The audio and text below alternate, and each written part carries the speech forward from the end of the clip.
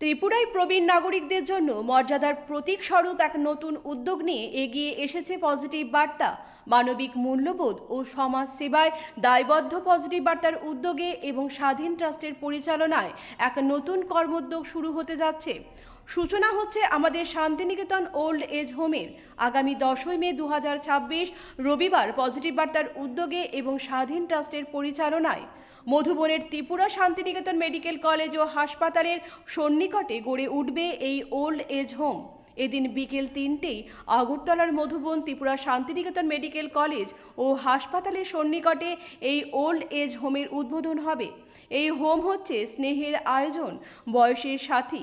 এই হোম হবে স্নেহময় পরিবেশ, সুস্বাস্থ্য সেবা ও আনন্দময় জীবনের সমন্বয়।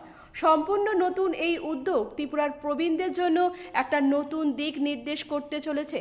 পজিটিভ বার্তার এই উদ্যোগ নিঃসন্দেহে মানব সেবার ও সামাজিক সচেতনতার এক বড় উদাহরণ। পজিটিভ বার্তা মনে করে মনের কোনো বয়স হয় না।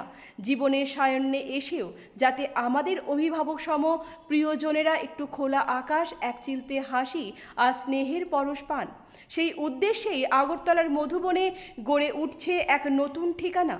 পজিটিভ বার্তার লক্ষ্য প্রবীণদের জন্য কেবল একটি বাসস্থান নয়, বরং তাদের জন্য এক টুকরো নিজের ঘর গড়ে তোলা।